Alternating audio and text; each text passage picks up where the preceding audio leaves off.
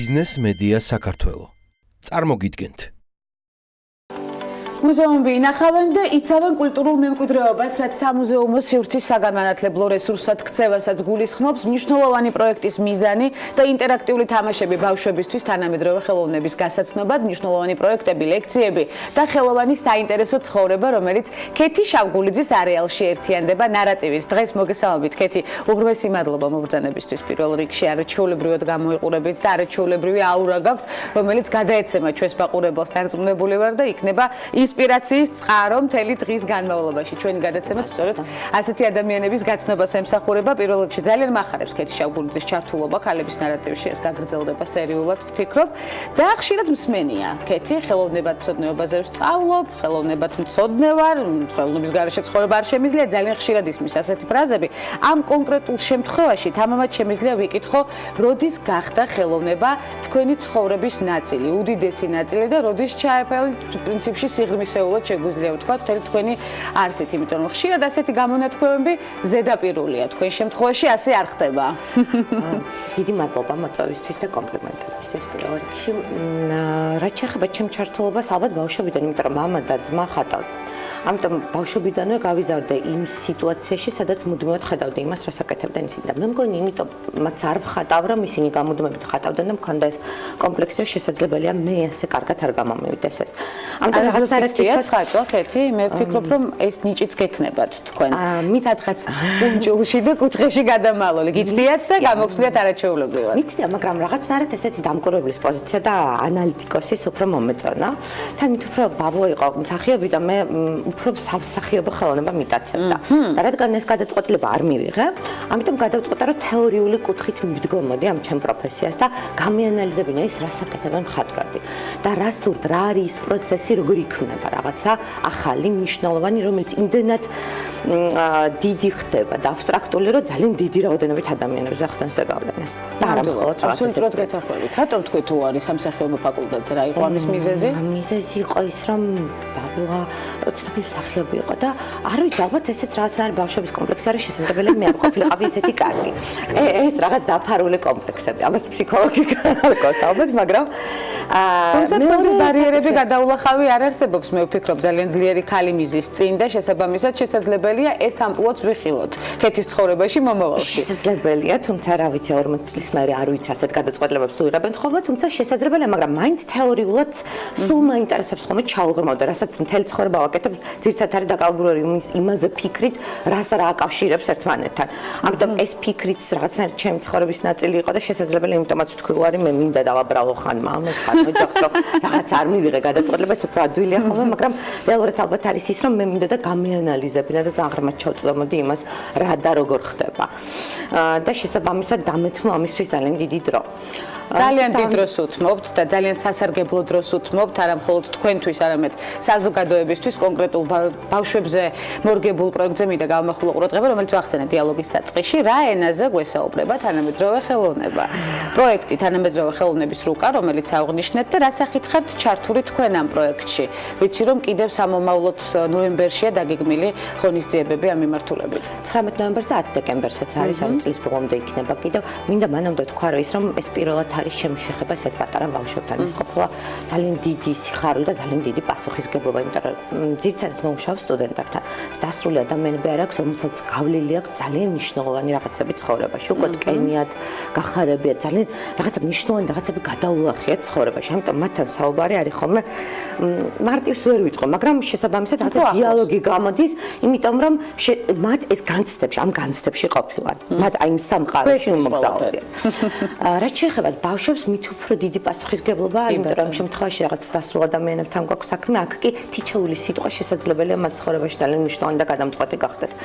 ამიტომ ეს გადაწყვეტილება ძალიან რთული იყო, რომ მიმეღო, მაგრამ მნიშვნელოვანი იყო ის, რომ ჩემი ყოფილი სტუდენტები არიან ჩართული აქ მოდებაძე და ელინა ფრემშოვი, რომელმაც დაგეგმეს ეს პროექტი მუზეუმთან ერთად და თანამედროვე ხელოვნების ცენტრთან ერთად, ამიტომ ჩემთვის იყო მნიშვნელოვანი, რომ მათი დაგეგმილი საქმე, როგორც მხატვრები აკეთებენ ხოლმე და დაგეგმენ, შემდეგ განახორციელებენ და აი ამ ახლის შექმნის პროცესში მეც მიმოყვა მონაწილეობა და არა მხოლოდ დამკვირვებელი და ანალიტიკოსი ყოფილიყავი. სიღრმისეულად ჩართულიყავით. გვაქვს რომ ჩვენ კი არ გვქონთ რაღაცას, არამედ რეფლექსიას ვაკეთებთ რაღაცებზე და ისინი ქმნიან. ამიტომ მეც მინდოდა ამ შექმნის პროცესში მათთან ერთად მიმოყვა მონაწილეობა და სახით ვიღებთ მონაწილეობას?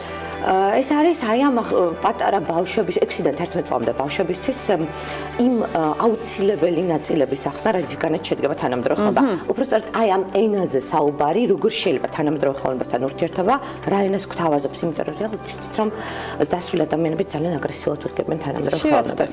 კი ბატონო. ეს არის ხოლმე იმის გამო, რომ ხშირ შემთხვევაში მათ არ ესმით ეს ენა, ხო, ეს არის რაღაც ძალიან სერიოზულ მზაობას მოითხოვს თანამედროვე ხელოვნება.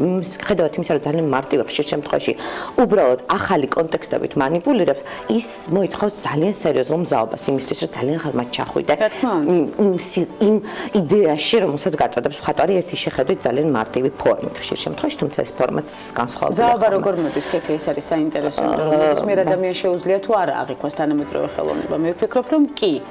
როგორ არის მზაობის პროცესი? თანამედროვე ხელოვნება ასეთი სახით ურთიერთობს. შეგიძლია გაიგო, რა თქმა უნდა, ეს ყოფილი, მაგრამ გააჩნია რა სიღრმეზე შეძლებ რომ ჩაყვინო ყველაფერში. შესაძლებელია ზედაპირზე და მაინც გასაგები იქნება ეს ყველაფერი აი ამ ზედაპირის დონეზე, მაგრამ შესაძლებელია ჩახვიდე ძალიან ღრმად. ეს ძალიან საინტერესო რაღაცა. ნირვანაში, აი, მაშინ არის გასხივოსნება შეგვიძლია. ფსკერამდე მიღწევა თითქმის შეუძლებელია. ამიტომ სულ მუდამ ჩადიხარ და ჩადიხარ. მაგრამ თქვენ მიგიღწევიათ ფსკერამდე, ქეთი? ფსკერამდე მგონი ვერავინ ვერ მიაღწევს, იმიტომ რომ სწორედ ეს არის საინტერესო ხელოვნებაში, რომ რაღაცა რჩება ყოველთვის ისეთი მოუხელთებელი და სწორედ ეს არის, რომელიც მუდმივად გაფიქრებს ამაზე და არასდროს არ გტოვებს გულგრილსა. და მთელი ცხოვრება მჯაჭვული ხდები ამაზე, რომ რაღაცნაირად ამოხსნა მოიხელთო და ის გაგერბის მერშინ ისევ ეწევი და ასე შემდეგ. და ის ბავშვებთან ურთიერთობაც ამავდროულად მაინსპირირებელია თქვენთვის ამ პროექტის პაბლიკ. ბავშვებთან ურთიერთობა ეს რაღაცა სრულიად ახალი ეტაპი იყო, რომ მომაც იმხელა სიხარული მამანი ძალიან დიდი ხანია ასეთ რაღაცა ენერგიით არ ყოფილა რაღაც პროექტში ჩართული, იმიტომ რომ ისინი აბსოლუტურად სხვა კუთხით მივიდნენ ამას, იღებდნენ სრულიად სხვანაირად და მათთან რაღაცნაირად მომიწია ისეთ ენაზე საუბარი, რომელიც მეც კი დავიწყებული მქონდა. თავ ჩემი შვილებიც დიდები არიან, დასრულებთან ურთიერთობ და ეს იყო სერიოზული გამოწვევა, რომელიც მივიღე ცხოვრებაში და რომელმაც ძალიან დიდი გამოცდილება შემძინა. თუმცა მათთვის უნდა გაგვაცნო აი ელემენტარული ენაც კი, თუმცა როგორც არა, რა არის პერფორმანსი, რა არის ინსტალაცია, რა არის ფსიქოდელიური ხელოვნება, როგორ ურთიერთობს ეს ხელოვნება რა ენა არსებობს ფერების ენა, თქვა ნიუტონის ან გოეთეს ფერთა თეორიის მიხედვით და ასე შემდეგ. მათთვის ბავშვების ინტერესი იყო ძალიან დიდი, ეს არის ფრევა. ძალიან დიდი და შემდეგ რაღაცა ძალიან საინტერესო თამაში დაგოსროლებდნენ. ამავე დროს გაგვაცნო ძალიან ცნობილი ხელოვანები, რომელმაც სერიოზული წვლილი შეიტანეს თანამედროვე ხელოვნების იმ კუთხით განვითარებაში, რასაც ქვია ამოცნობი ხელოვნება, რომელსაც არ აქვს საზღვარი, რომელსაც არ აქვს ფსკერი. ფსკერი, რომ ვერ მივახცევთ ვერასდროს ფსკერამდე. და რომელიც მაინც და დავიტოვებთ იმ კითხვის ნიშანს, რომელიც ასევე გვავსებს და რაღაცნაირად გვაძლევს კიდევ უფრო მეტ мотиваციას, რომ გავაკეთოთ მეტი თანამედროვე ხელოვნებაში. უამრავი პროექტი გაქვთ, ქეთი, მინდა გავამახვილო ყურადღება ამაზე განხორციელებული როგორც საქართველოში, ისე საზღვრებს გარეთ. თქვენთვის მნიშვნელოვან პროექტებზე მოგვიყევით, რომელი იყო მაინსპირირებელი ყველაზე მეტი. რაღაცა ერთ ეტაპები იყო ჩემს ცხოვრებაში, როდესაც ვიყავი მეცნიერებით გატაცებული და და მაგრამ შემდეგ ცოცხალ ადამიანთან ურთიერთობა ძალიან მნიშვნელოვანია ჩემთვის. მით უმეტეს სტუდენტებთან, ამიტომ ყველაზე მნიშვნელოვანი პროექტები მაინც არის მათთან დაკავშირებული, იმიტომ რომ ისინი იმაძლევენ სიცოცხლის ხარისხს. ისინი განასახიერებენ ჩემთვის იმ ენერგიას, რომელიც მუდმივად მაფიქრებს მე იმაზე, რომ გავაკეთო რაღაც ახალი, ვიცოდე რაღაც ახალი და მუდმივად ადეკვატური იყო მათი სამყაროზე. თანამედროვე ხელოვნება ზუსტად ასეთია და ამიტომაც ეს სფერო, არ მხოლოდ თანამედროვე ხელოვნება, ჩემი ინტერესის სფერო თანამედროვე სცენის დიზაინიც არის და ის ინტერდისციპლინური დარგები, რომელიც გადაკვეთილია სივრცეში. ეს შეიძლება იყოს ინსტალაცია, შეიძლება იყოს რაღაც გაკეთებული თეატრალურ სივრცეში, შესაძლოა საჯარო სივრცეში, მაგრამ რაღაცა, რომელიც აი სივრცის დიზაინზე არის აგებული. ინტერიერის დიზაინი შეიძლება იყოს, მაგრამ გადაკვეთაზე არსებული ხელოვნების დარგები. რა საინტერესოა თქვენთან დიალოგი, ქეთი. სულ დამავიწყდა, რომ გადაცემის ფარგლებში ვართ, ახლა დავიდგავდი ფინჯან ყავას და ვისაუბრობდი კიდევ სხვადასხვა მიმართულებებზე. სად არის თქვენი სივრცე განტვირთვისთვის, დატვირთულ სამუშაო გრაფიკში? ამას სჭირდება გონებრივი ჩართულობა, სულიერი ჩართულობა, სიღრმეების ამოცნობის მიმართულებით ჩართულობა, რომელიც უკვე აღნიშნეთ. სად არის თქვენი განტვირთვის ადგილი? განტვირთვის ადგილი ისევ და ისევ აღმოჩნდა ასე, რომ ხელოვნება, შეიძლება იყოს კინოხელოვნება, შეიძლება იყოს მუსიკა, რომელიც მუდმივად რაღაცნაირ განცდა მაქვს ხოლმე, თუ ამას არ ვაკეთებ, შიმშილის განცდა, რომელიც მე რაღაცნაირად ხუთავს და სულ მჭირდება რაღაც ახალი საკვები და ეს არის ხოლმე ხელოვნება, რომელიც თუ ძალიან კარგ რაღაცას ნახულობ, რაღაც ცოტა ხნითას გივსებს აი ამ შეგრძნებას და შემდეგ ისევ ახალი და ახალი გინდა. ამიტომ ისევ და ისევ განტვირთვის სფერო არის ჩემი მეგობრები, მათი პროექტები, ხელოვანი ხალხი, მხატვრები, მუსიკოსები, რეჟისორები, რომელთან არა მხოლოდ მათი განხორციელებული და გაკეთებული ნამუშევრები, არამედ მათთან ურთიერთობა საუბარი, რომელიც ისევ და ისევ მაფიქრებს რაღაც ძალიან ბევრ ამაზე და ხსნის რაღაც ახალ კარს, რომელიც მუდმივად მე კიდე ახალ კარზე გავყავარ და ასე უსასრულოდ. რომელი იქნება ქეთი შავგულიძესთვის ახალი კარი უახლოეს მომავალში, რაზე ფიქრობთ? მე მაგალითად თქვენგან ველოდები გამოფენას საგამოფენო დარბაზში, ვიცი რომ ეს ნიჭი, რომელზეც ახლა ვსაუბრობთ და ბარიერი, რომელიც ჯერჯერობით არ გადაგვილახავს, უნდა გადავლახოთ, ქალების ნარატივში აუცილებლად უნდა დაიბადოს ის იდეა და აუცილებლად უნდა გავაკონტროლოს შემდეგ განხორციელების თვალსაზრისით. მე მოვიკითხავ საგამოფენო დარბაზს და ნახატებს.